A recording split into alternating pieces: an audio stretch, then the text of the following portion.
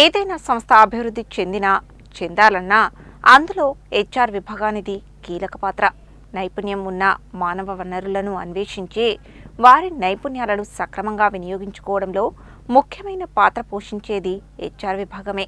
మే 20న అంతర్జాతీయ మానవ వనరుల దినోత్సవం సందర్భంగా కథనం. ప్రతి సంవత్సరం మే 20న అంతర్జాతీయ మానవ వనరుల దినోత్సవాన్ని నిర్వహిస్తారు. ఉద్యోగుల అభివృద్ధి, సంస్థల పురోగతి, కార్యాలయ సంస్కృతి మెరుగుదలలో మానవ వనరుల విభాగం హ్యూమన్ రిసోర్సెస్ పాత్రను గుర్తిస్తూ ఈ దినోత్సవాన్ని జరుపుకుంటారు. ఆధునిక కార్యాలయ వ్యవస్థలో ఉద్యోగులను నియమించడం మాత్రమే కాకుండా వారి నైపుణ్యాలను పెంపొందించడం, సమస్యలను పరిష్కరించడం, సంస్థ లక్ష్యాలకు అనుగుణంగా పనిచేయించే బాధ్యతలను కూడా హెచ్ఆర్ విభాగం నిర్వహిస్తోంది.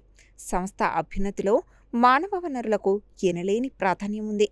ఏ సంస్థ విజయానికి అయినా ఉద్యోగులే ప్రధాన బలం.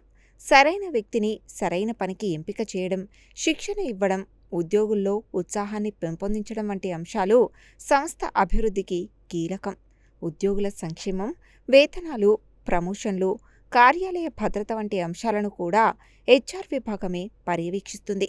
డిజిటల్ యుగంలో హెచ్ఆర్ వ్యవస్థ కూడా సాంకేతికతను అందిపుచ్చుకుంటోంది.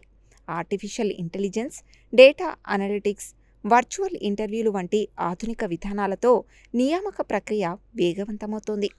ఉద్యోగుల పనితీరు విశ్లేషణ, రిమోట్ వర్క్ నిర్వహణలో కూడా హెచ్ఆర్ కీలక పాత్ర పోషిస్తోంది. ప్రస్తుత పోటీ ప్రపంచంలో ఉద్యోగులకు నిరంతర శిక్షణ అవసరం.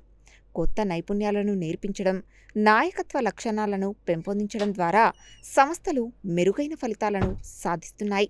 ఉద్యోగుల్లో మానసిక ఆరోగ్యం, పని, వ్యక్తిగత జీవితం మధ్య సమతౌల్యం వంటి అంశాలపై కూడా హెచ్ఆర్ విభాగం దృష్టి పెడుతోంది.